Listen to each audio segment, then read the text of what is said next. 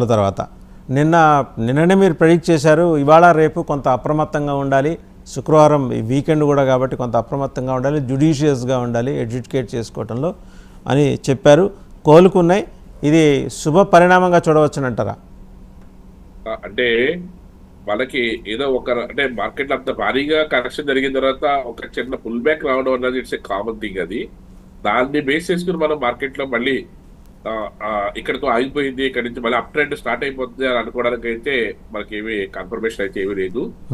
Market లో ఏదైతే 22,500 are 600 పైన మార్కెట్ సస్టైన్ అవుతే ఈ మార్చ్ కాంట్రాక్ట్ మనం ఏదైనా మార్కెట్ లో మళ్ళీ స్టేబుల్ అయిందని చెప్పుకోవడానికి అవకాశం ఎక్కువగా ఉంటుంది. కానీ ఈ రోజు కూడా ఆల్రెడీ ఒక 100 పాయింట్స్ ఆల్రెడీ నిఫ్టీ మార్కెట్ లో డౌన్ ట్రెండ్ రావడం, బ్యాంక్ నిఫ్టీ ఒక 140 పాయింట్స్, అదేవిధంగా ఒక 200 పాయింట్స్ పైగా సెన్సెక్స్ మార్కెట్ లో ఒక బేరిష్ ట్రెండ్ లో రావడం మనం చూస్తున్నాం.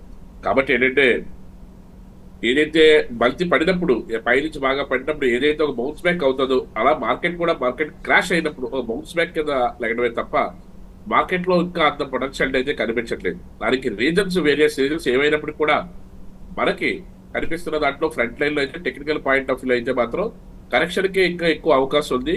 ఇన్వెస్టర్ పాయింట్ ఆఫ్ వ్యూ అయితే you have to wait for another 1 week or 2 weeks మళ్ళీ కొత్తగా ఫ్రెష్ గా ఇన్వెస్ట్మెంట్ చేసుకోవడానికి అయితే. మామూలుగా ఫ్రంట్ లైన్ స్టాక్స్ లో ఉన్న వాళ్ళకైతే ఎటువంటి ఇబ్బంది లేదు. వేరే mid cap or small cap లో ఉన్నట్టయితే ఖచ్చితంగా మీరు ఒకసారి మీ పోర్ట్ఫోలియో రివ్యూ చేసుకుని కాన్షియస్ గా ఉండవలసిన అవసరం అయితే ఎంతైనా ఉంది. ఓకే. సో అంటే ఇప్పటివరకు కనుక చూస్తే స్తబ్దుగా నిన్నైతే చాలా స్తబ్దుగా కదిలినాయి అన్ని ఇండెక్స్లన్నీ కూడా. ఇన్ఫోసిస్, ఎల్ఎన్టీ, ఎయిర్టెల్, టీసీఎస్లో కొనుగోళ్ల సందడి కూడా స్పష్టంగా కనిపించింది. ఇంట్రాడేలో గరిష్టాల నుంచి కాస్త తగ్గిన భారీ లాభాల్లోనే ముగిశాయి. బట్ ఈరోజు మీద ఇన్వెస్టర్స్ అంటే చాలా వరకు హోప్స్ పెట్టుకున్నారు. కరెక్షన్ జరిగినప్పటికీ కూడా కొంచెం అప్రమత్తంగానే ఉండాలా అని ప్రశ్నలు వస్తున్నాయి. రీజన్ ఏంటంటే ఇప్పుడు మన సెక్టార్ లో చూసుకున్నట్టయితే మనకు ఉన్న సెక్టార్ లో మేజర్ సెక్టార్ అయినటువంటి ఎనర్జీ కానీ, ఐటీ కానీ, ఆటోమొబైల్ కానీ, ఫైనాన్స్ కానీ, ఫార్మా కానీ, బ్యాంకింగ్ కానీ, ఈ 5-6 సెక్టార్ లో కూడా మెజారిటీ ఆఫ్ ద స్టాక్స్ అన్ని కూడా మార్కెట్ లో డౌన్ ట్రెండ్ లో ఉన్నాయి. Either actually IT take off తీసుకుంటుంది, అలా ఐటీ కూడా మళ్ళీ స్లిప్ అయిపోవడం జరిగింది. ఆటోమొబైల్ ఏదైతే బేరిష్ ట్రెండ్ లో ఉందో అది కంటిన్యూ చేస్తుంది. ఫార్మా కూడా స్లైట్లీ బేరిష్ లోనే నడుస్తుంది. బ్యాంకింగ్ లో కూడా ఏదైతే ప్రైవేట్ బ్యాంక్ సెక్టర్ దానికి సంబంధించినటువంటి ఏదైతే స్టాక్స్ ఉన్నాయో అవన్నీ కూడా మార్కెట్ లో ఒక డౌన్ ట్రెండ్ రన్ అవుతున్నాయో, ఏదైతే మనకి హెచ్డిఎఫ్సి బ్యాంక్ కానీ, ఐసిఐసిఐ బ్యాంక్ కానీ, కోటక్ బ్యాంక్ కానీ, ఏదైతే ఐడిఎఫ్సి ఫస్ట్ బ్యాంక్ కానీ, యాక్సిస్ బ్యాంక్ కానీ, ఏదైతే ఫ్రంట్ లైన్ బ్యాంక్స్ ఏదైతే ఉంటాయో అవన్నీ కూడా ఆల్మోస్ట్ అన్ని కూడా మైనస్ లో నడుస్తున్నాయి. ఇలాంటిది ఒక ఇండికేషన్ ఏంటంటే ఏదో జస్ట్ ఒక పిఎస్సి బ్యాంక్ లో, పబ్లిక్ సెక్టర్ బ్యాంక్స్ లో మనకి కొంచెం పాజిటివ్నెస్ కనిపించిన, అందులో కూడా ఆ టాప్ 20 ఒక 15 బ్యాంక్స్ లో చూసిన ఒక 3-4 బ్యాంక్స్ కొంచెం స్లైట్లీ బులిష్ లో, రిమైనింగ్ అయినటువంటి బ్యాంక్స్ అన్ని కూడా మార్కెట్ లో డౌన్ ట్రెండ్ నడుస్తున్నాయి. పిఎస్సి బ్యాంక్స్ లో కూడా ఏదైతే ఒక Indian bank, state bank of India slightly positive తప్ప రిమైనింగ్ కెనరా బ్యాంక్ కానీ, యూకో బ్యాంక్ కానీ, బ్యాంక్ ఆఫ్ బరోడా కానీ, ఇండియన్ ఓవర్సీస్ బ్యాంక్ కానీ, అదేవిధంగా బ్యాంక్ ఆఫ్ ఇండియా కానీ, మహారాష్ట్ర బ్యాంక్ కానీ, పంజాబ్ నేషనల్ బ్యాంక్ కానీ, సెంట్రల్ బ్యాంక్ కానీ, ఇవన్నీ కూడా ఆల్రెడీ మార్కెట్ లో మైనస్ లో నడుస్తున్నాయి. This is the indication for market లో కమింగ్ డేస్ లో ఇంకా కొంచెం కాషియస్ ఉండవలసిన అవసరం ఉంది. ఎనీ టైం మార్కెట్ మళ్ళీ ఇంకా స్లిప్ అవడానికి అవకాశం ఎక్కువగా కనిపిస్తుంది.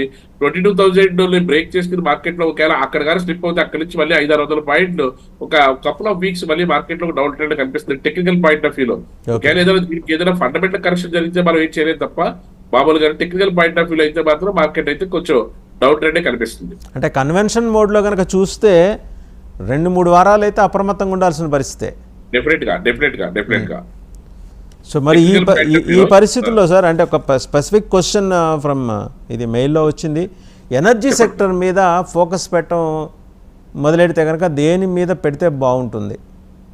యాక్చువల్ గా ఎనర్జీ సెక్టర్ అంటే ఇప్పుడు ఆయిల్ కంపెనీస్ దగ్గర నుంచి, ఓఎల్జీసీ దగ్గర నుంచి, లేకపోతే ఎన్టీపీసీ దగ్గర నుంచి, బీపీసీఎల్ దగ్గర నుంచి కూడా ఎనర్జీ సెక్టర్ లోకి వస్తాయి. కానీ దాంట్లో మనకి coal India, Tata power is very మనకి ట్రస్టెడ్ గా ఉండే కంపెనీస్.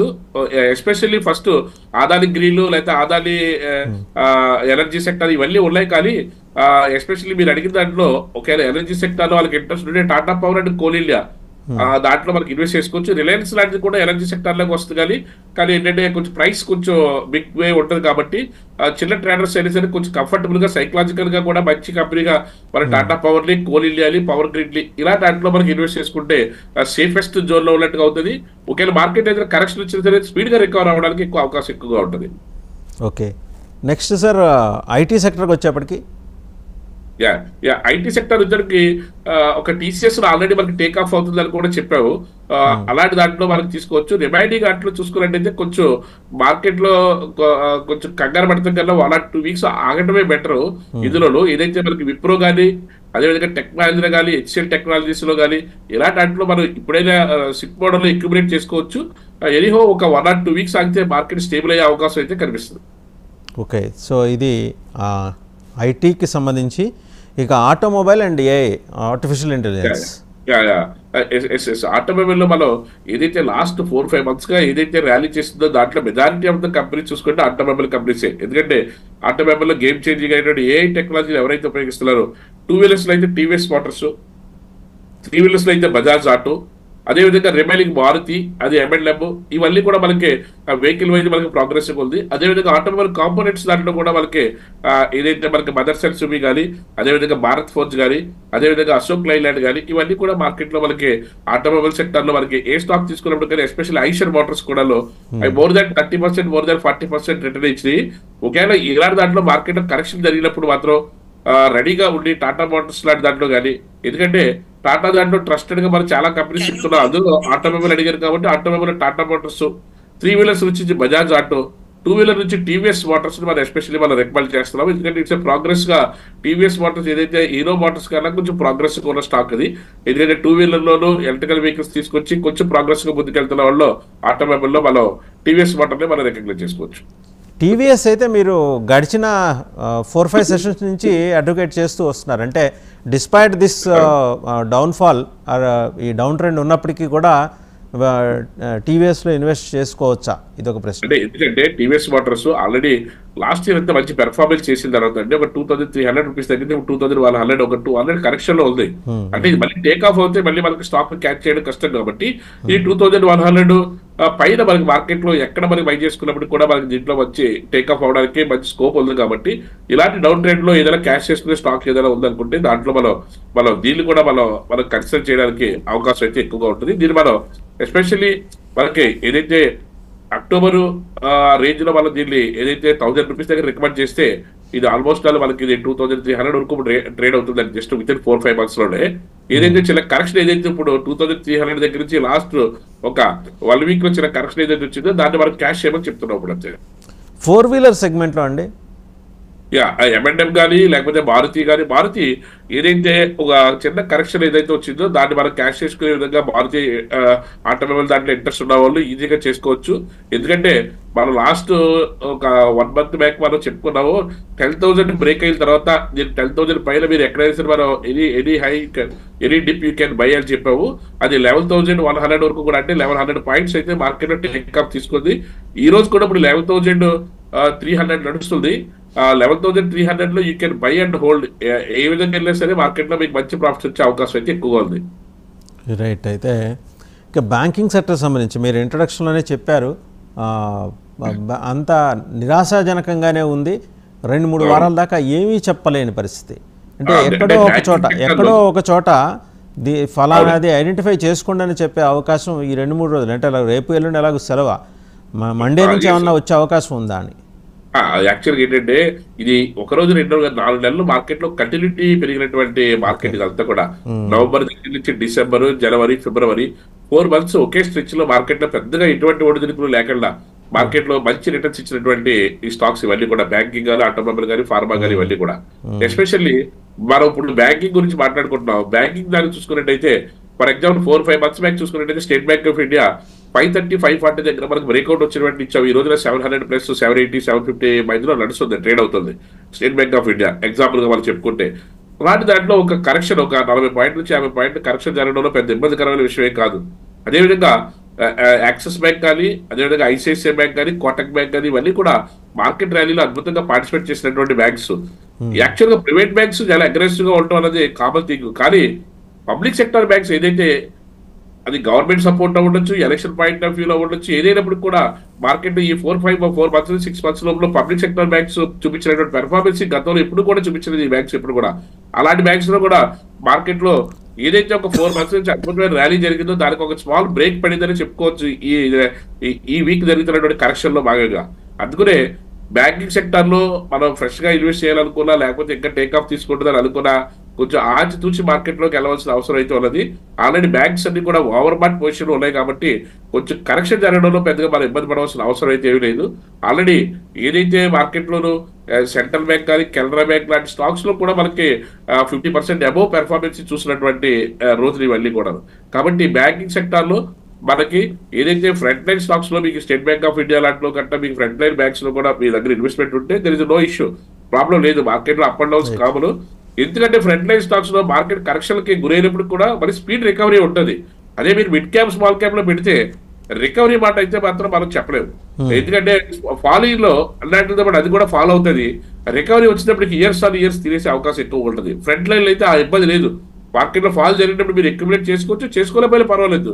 బౌన్స్ బ్యాక్ కింద మళ్ళీ రికవర్ అయ్యి మళ్ళీ యథాస్థానాలకు రావడానికి చాలా తక్కువ టైం పట్టే అవకాశం ఎక్కువ ఉంటుంది ఫ్రంట్ లైన్ స్టాక్స్ అన్నింటిలో కూడా.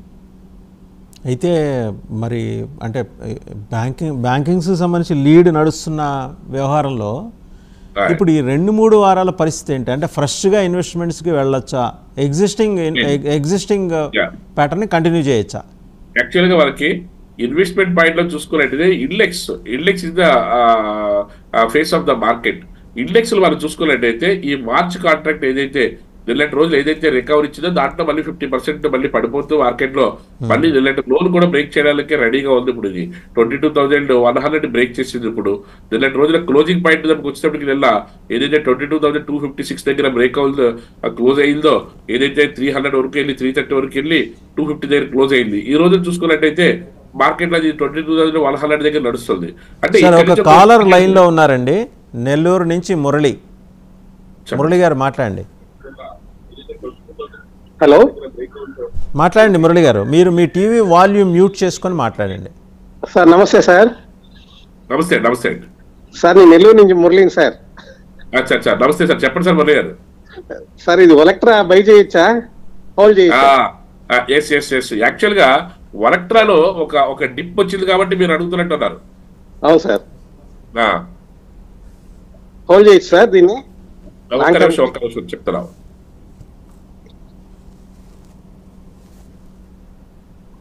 ఎస్ యాక్చువల్ గా ఒలెక్ట్రాలో మీరు అడిగినట్టుగా ఏదైతే మనకి 2,100 వెళ్ళిన తర్వాత ఒక కరెక్షన్ వచ్చిన తర్వాత లేదా కొంచెం డీప్ రికవరీ అయ్యింది కూడా మనకు కనిపిస్తుంది 1,600 దగ్గర.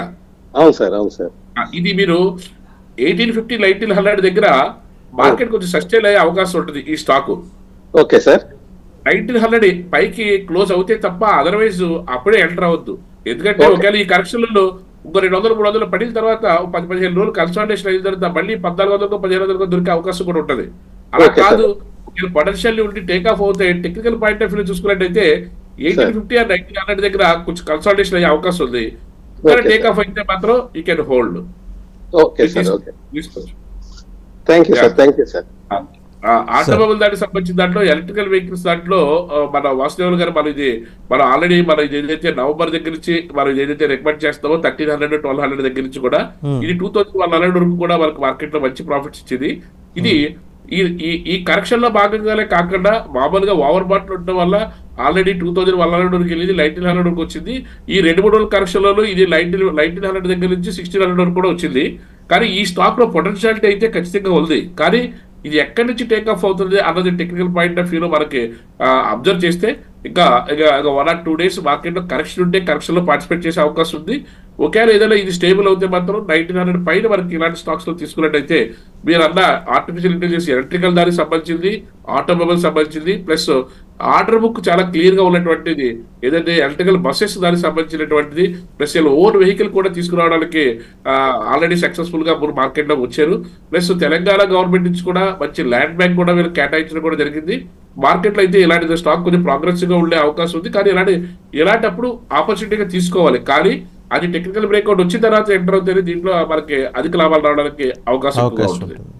రైట్ సార్, ఈరోజు రికమెండేషన్స్కి వచ్చేప్పటికి Colpal, ITC, TCS, HCL Technologies and HDFC life.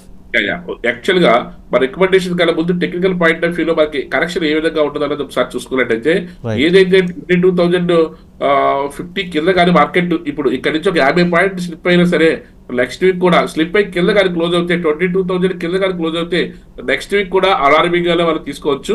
Especially ఎందుకంటే మనకి నిఫ్టీ స్పాట్ చూసుకున్నట్టయితే ఆల్రెడీ మనకి ఏదైతే ఒక 21,900 దగ్గర ఏదైతే మనకి కన్సాలిడేషన్ కనిపిస్తుందో దాన్ని కానీ బ్రేక్ చేసినట్టయితే ఇప్పుడు 22,050 దగ్గర నడుస్తుంది.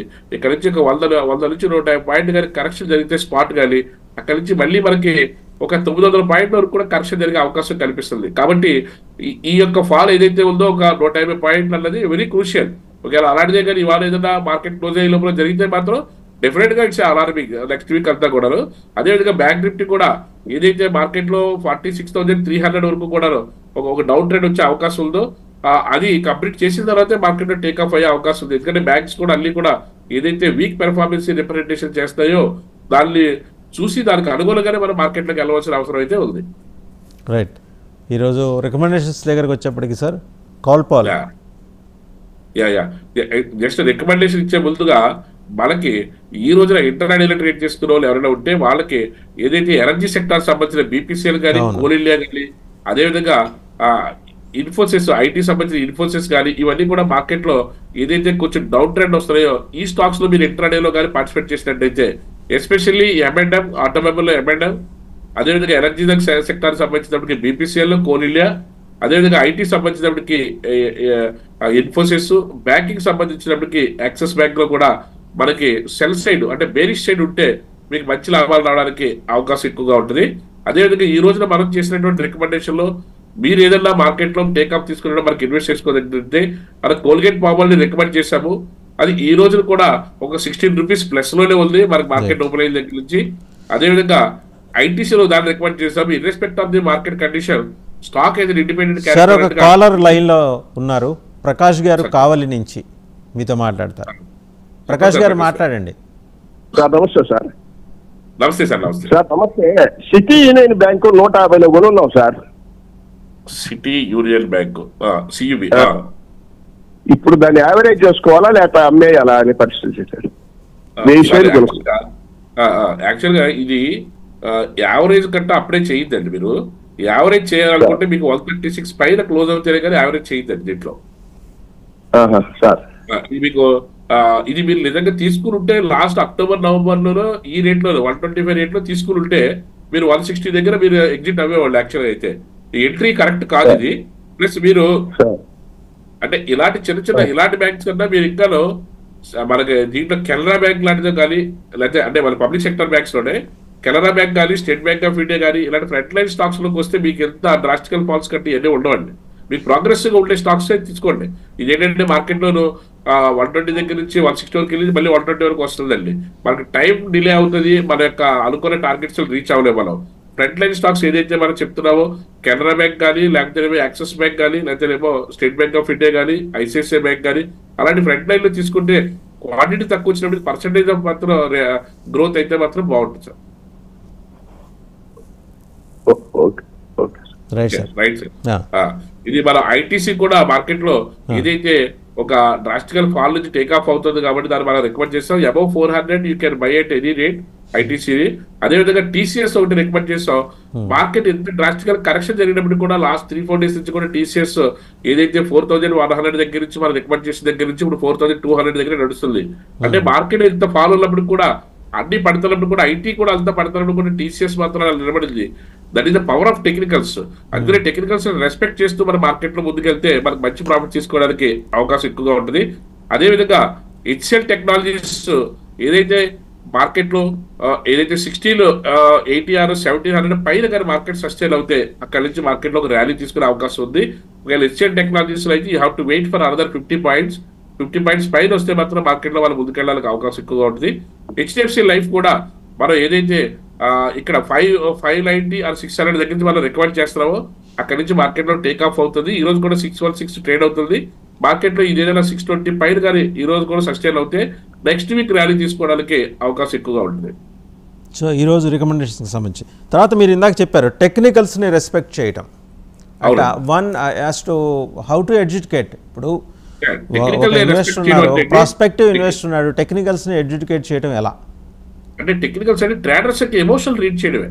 ఓకే. ట్రేడర్స్ యొక్క ఎమోషనల్ రీడ్ చేయగలిగితే వాళ్ళ యొక్క ఒపీనియన్స్ ని మనం టెక్నికల్స్ లో రీడ్ చేయగలుగుతాం. ఆ స్టాక్ లో ఎక్కువ మంది బై చేయాలనుకుంటున్నారా, లేకపోతే ఎక్కువ మంది వదిలించుకోవాలనుకుంటున్నారా, ఎక్కువ మంది ఇంట్రెస్ట్ చూపిస్తారా ఆ స్టాక్ లోను అన్న దాన్ని మనం బిట్వీన్ ది లైన్స్ అంటాం కదండి, ఆ బిట్వీన్ ది లైన్స్ మనం రీడ్ చేయగలిగితే టెక్నికల్స్ అండి. రైట్. ఇంకా అంటే సమ్ మోర్ క్వశ్చన్స్ అండి. వాళ్ళు ఉన్నది ఈరోజు కొన్ని రికమెండేషన్కి సంబంధించి వాళ్ళు అడుగుతున్నది లార్జ్ క్యాప్ కేటగిరీకి చెందిన ఐటీ సెక్టర్ స్టాక్ అయిన టాటా కన్సల్టెన్సీ సర్వీసెస్ లిమిటెడ్ షేర్కు బై రేటింగ్తో పాటు టార్గెట్ ప్రైజ్ని ఇస్తున్నట్టు ప్రముఖ స్టాక్ బ్రోకరేజ్ సంస్థ చెప్పింది.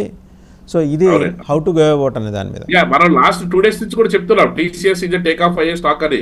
ఏంటంటే ఆ టెక్నికల్ ఏదైతే మనకి టేక్ ఆఫ్ అవడానికి అవకాశం ఉందో మనం చెప్తున్న 3 days నుంచి కూడా మార్కెట్ పడుతుంది. కానీ టీసీఎస్ మాత్రం స్టేబుల్ గానే ఉండి పెద్దగా పెరగకపోయినప్పుడు కూడా స్టేబుల్ గానే ఉంది. మార్కెట్ మళ్ళీ టేక్ ఆఫ్ తీసుకున్నప్పుడు మళ్ళీ స్పీడ్ గా పెరిగే అవకాశం ఎక్కువగా ఉంటుంది. అండ్ ఇంకోటి భారతీయ ఎయిర్టెల్ అండి. ఎస్ ఇంకోటి భారతీయ ఎయిర్టెల్ కూడా మనం కొద్ది రోజులుగా మనం రికమెండ్ చేస్తున్నాం. ఎప్పుడంటే యాక్చువల్లీ నిజానికి 5వ తారీఖు నుంచి మనం రికమెండ్ చేస్తున్నాం ఈ స్టాక్ ని. ఏదైతే 1140 పై నుంచి మనకు మార్కెట్ లో సస్టైన్ అవుతే ఇది టేక్ ఆఫ్ తీసుకుంటుందని మార్కెట్ లో ఒడిదుడుకు ఉన్నప్పుడు కూడా ఈ రోజు కూడా 1170 దగ్గర ఉంది. రైట్ నౌ ఇది 1199 అండ్ 1200 అంటే ప్రెసెంట్ ట్రేడ్ అవుతున్నది. అక్కడి నుంచి మళ్ళీ టేక్ ఆఫ్ అవుతే మార్కెట్ లో అంటే టెక్నికల్స్ యొక్క పవర్ అదే. ఏదైతే టెలికామ్ దానికి సంబంధించిన దాంట్లో they are more interested in the investors అన్నది మనకి ఈ స్టాక్ చూస్తే మనకి రిప్రజెంటేషన్ అనేది మనకు తెలుస్తుంది. అది ఇన్వెస్టర్ యొక్క సైకాలజీని మనం రీడ్ చేసి ఆ సెక్టార్ లోను ఆ స్టాక్ లోను ఎంతవరకు పొటెన్షియల్ ఉన్నదని చెప్పడమే టెక్నికల్స్ అండి. లెమన్ ట్రీ అండి, లెమన్ ట్రీ హోటల్స్ ఇది కూడా హై మనకి రికమెండేషన్స్ లో వస్తున్నటువంటి స్టాక్ ఇది. ఈ లెమన్ ట్రీ కూడా ఏదైతే మనకి ఇది టాటా గ్రూప్ లో దానికి సంబంధించినటువంటి అండర్ నడుస్తున్నటువంటి గ్రూప్ స్టాక్ ఇది. లెమన్ ట్రీ కూడా ఇది ఏదైతే హోటల్స్ అండ్ రిసార్ట్ దానికి సంబంధించినటువంటి స్టాక్. దీనికి మనం స్పెషల్ గా రేపు మళ్ళీ ఎప్పుడన్నా మళ్ళీ సెపరేట్ సెషన్ పెట్టుకున్నప్పుడు డీటెయిల్ గా దీని గురించి చెప్తాము. ప్లస్ ఇదేంటంటే ఇప్పుడైతే కొంచెం యూ హ్యావ్ టు వెయిట్. అదే 125 రూపీస్ ఉన్నది. దీనికి టైం తీసుకోవడానికి కొంచెం టైం అయితే పడుతుంది ఇది మార్కెట్ లోను. కానీ మంచి స్టాక్, ఎందుకంటే లాస్ట్ 1 year గా చూసుకున్నట్లయితే లాస్ట్ ఏప్రిల్ లో అయితే ఇది 70 రూపీస్ ఉన్న స్టాక్ కూడా 150 రూపీస్ అయ్యిందండి. మంచి పెర్ఫార్మెన్స్ తీసుకున్న స్టాక్. కానీ ఇప్పుడు ఈ పరిస్థితుల్లో మాత్రం ఇప్పుడు కొనడానికి అయితే ఇంకా రైట్ టైం కాదు ఇది. మనం వెయిట్ చేద్దాం. ఇంకా కొంచెం ఇప్పుడు 125 ఉన్నది. ఇంకా మనకి రైట్ టైంలో మనకి టేక్ ఆఫ్ అవుతున్నప్పుడు తీసుకుంటేనే మనకి దాంట్లో హోల్డ్ చేయడానికి అవకాశం ఎక్కువగా ఉంటుంది. రైట్. థ్యాంక్ యూ మూర్తినాయుడు గారు, thank you very much. So చాలా క్లియర్గా చెప్తున్నారు మూర్తినాయుడు గారు. 2 వారాల పాటు కరెక్షన్ జరిగేంత వరకు కూడా 2 వారాల పాటు జుడిషియస్గా ఉండాలి. అండ్ టెక్నికల్స్ని రెస్పెక్ట్ చేయండి. అంటే ట్రేడర్స్ని వాళ్ళ రీడ్ చేయాలి. ట్రేడర్స్ వాళ్ళ మూమెంట్స్ని రీడ్ చేస్తే కనుక చాలా జాగ్రత్తగానే వెళ్ళచ్చు. అయినప్పటికీ కూడా ఒక 5 రికమెండేషన్స్ చేశారు. సో వీటి మీద దృష్టి పెట్టండి. ఫ్రంట్ లైన్ స్టాక్స్ మీద, స్మాల్ అండ్ మిడ్ క్యాప్ అనే దాని మీద గడిచిన వారం రోజులుగా జరుగుతున్న వివాదం తెలిసిందే.